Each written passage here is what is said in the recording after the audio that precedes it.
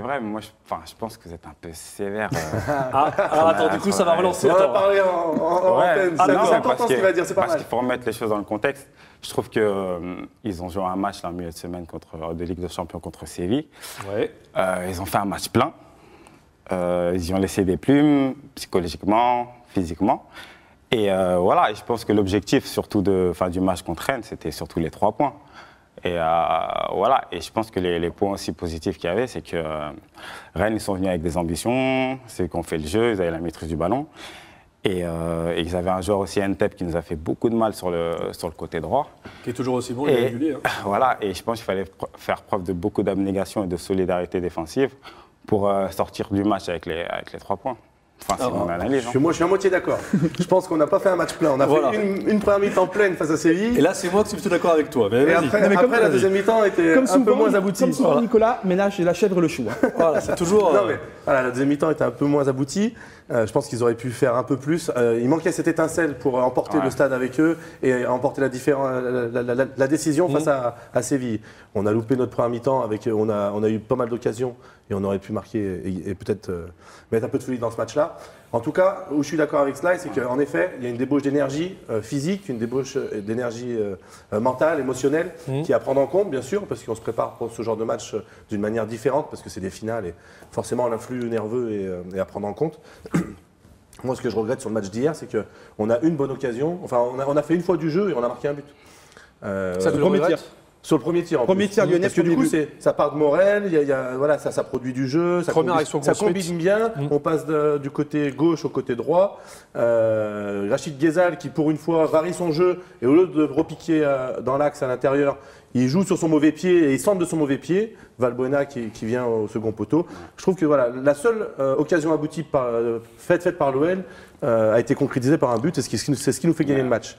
Après, moi j'ai trouvé qu'il y avait un manque de sérénité défensive où Mapou a été hors de son match. Ça, c'est vraiment pour moi le maillon faible de cette défense. La charnière a pas été... Normalement, c'est lui qui devait avoir une expérience et qui doit normalement donner de la sérénité à toute. C'est la base, quoi. C'est lui qui doit donner la sérénité à cette équipe-là. Et je pense qu'il se voit peut-être un peu meilleur que ce qu'il est techniquement. Alors, juste avant que Sylvain donne son ressenti, parce que je sens que t'es parti pour. C'est pour ça. C'est bien, moi, en tout cas. C'est bien, voilà. Du coup, tout le monde a un avis à donner. Moi, j'aimerais juste qu'on écoute l'avis de Rachid Ghezal, qui nous dit aussi son sentiment, lui, par rapport au match. Et ce qu'on peut dire, c'est que il est cash, il est direct. Rachid Ghezal après le match. On fait clairement un match de merde. Voilà, on nous a sentis très émoussés, très pris physiquement. Voilà, mais c'était un peu laborieux. Alors, Sylvain, juste avant que tu donnes ton avis, désolé, je reviens encore là-dessus. J'aimerais qu'on écoute la même version, mais avec un ton plus politiquement correct. On écoute Maxime. On va dire ça comme ça. Maxime Gonalon après le match, à qui on pose la même question. Comment vous avez trouvé votre match? On a fait peut-être pas nos pires matchs, mais pas loin, parce que voilà, techniquement, on n'a pas su ressortir les ballons. C'est pas créé énormément d'occasions, mis à part le dernier quart d'heure quand ils étaient en infériorité numérique. Mais voilà, il y a des matchs comme ça où le plus important, c'est quand même de le gagner. C'est compliqué à abandonner. Hein. Il le dit avec le sourire. Alors, déjà, Max le dit avec le sourire. Oui, analysé. Et sincèrement, moi, je préfère la version Rachid Ghezal. Ah, carrément. Non, mais il parlait de son match ou il parlait du match de tout le monde? Des deux. Ah, voilà. Non, mais qu'on soit d'accord. Bien sûr, mais il parlait des deux.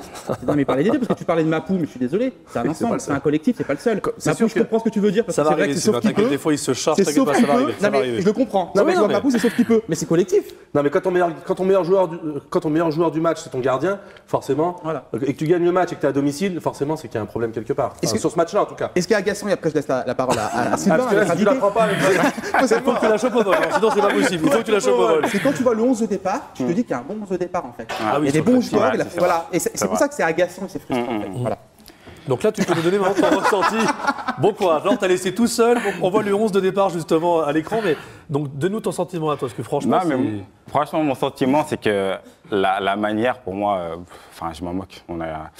L'objectif, c'était les 3 points, et pour moi, ça reste anecdotique. Mais c'est vrai que des tribunes, on sentait que l'équipe qui allait faire preuve de plus de réalisme, c'est elle qui allait l'emporter.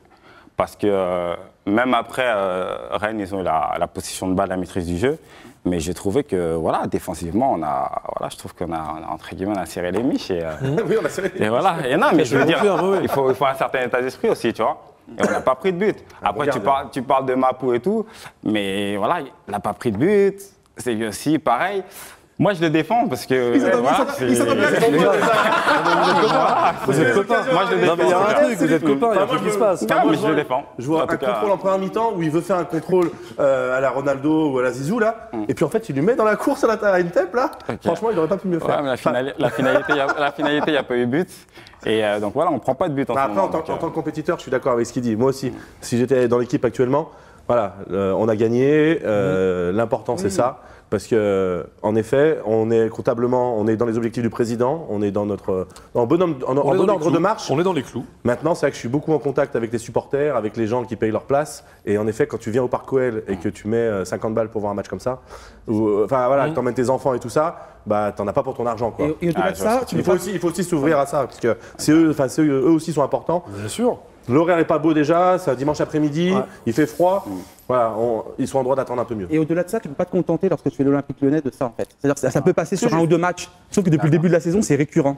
Donc forcément, c'est agaçant et forcément, on est obligé de mettre en exergue cette problématique récurrente de l'OL en fait. C'est-à-dire, tu vois ? Je suis d'accord, mais il va dire la même chose. Non, mais le 11 type, on l'a pas encore trouvé à l'Olympique Lyonnais. Sachant, c'est pas les mêmes qui commencent souvent, donc après, je sais pas, peut-être j'ai envie de parler d'automatisme. Mais il n'y a pas tout le temps le même 11. Donc... Et puis, pas tout le temps le même dispositif tactique. On a encore changé une fois de dispositif tactique. Donc, c'est vrai qu'il a raison. Il y a des nuances à apporter dans notre analyse, c'est certes. Mais en même temps, on est là pour constater et on constate que on change de dispositif tactique alors qu'il y en a qui fonctionnent bien. Enfin bref, il y a pas mal de mouvements. En effet, que si tu cherches des automatismes, il faut travailler dans la régularité. Et là aujourd'hui, c'est pas le cas. Excusez-moi juste d'interrompre tous les deux. Attendez, les footeux, que je comprenne bien quelque chose. Est-ce qu'aujourd'hui on est dans une situation où on se dit l'important c'est de prendre le point et le beau jeu on verra plus tard? C'est ça l'idée actuellement? Mais après, la victoire est belle, de toute façon, quoi qu'il arrive. T'es un compétiteur, c'est ça. Aujourd'hui, le championnat, c'est un marathon. À la fin, si on est qualifié en Ligue des Champions, on s'en fout. On a gagné difficilement face à Rennes. Là, on est dans l'instantané. Donc, l'analyse de l'instantané, de ce qu'on a vécu hier, forcément, il y a le côté émotionnel où on s'est fait chier. Moi, j'ai eu froid. Oui, mais tu disais les gens qui payent, qui vont au stade, ils vont dire aussi pour un spectacle. Oui, mais à la fin de saison, si on est qualifié, si on est qualifié en Ligue des Champions, en fin de saison, si on est qualifié en Ligue des Champions, les gens, ils en ont rien à faire qu'on ait gagné à 0. Mais ça très moche, quoi. Ouais, c'est ça. Par contre, honnêtement, on parlait du système. Je trouve que c'est très bien d'avoir voulu relancer Nabil Fekir et d'avoir changé de système par rapport à Nabil Fekir. C'est un débat très intéressant, pertinent aussi. Fallait-il le faire ou pas lorsqu'on voit la prestation de Nabil, effectivement, qui n'arrive pas à retrouver son niveau d'antan. Moi, je ne suis pas coach, mais j'ai trouvé ça pertinent, le choix de Bruno Genesio de relancer Nabil Fekir pour cette rencontre. Je ne sais pas ce que vous en pensez, messieurs. Moi, je pense que c'est bien parce que le problème de Nabil, je pense qu'il doit être psychologique. Et ça, c'est une marque de confiance de son coach. Et c'est toujours bon pour le joueur pour retrouver sa confiance, quoi, en fait.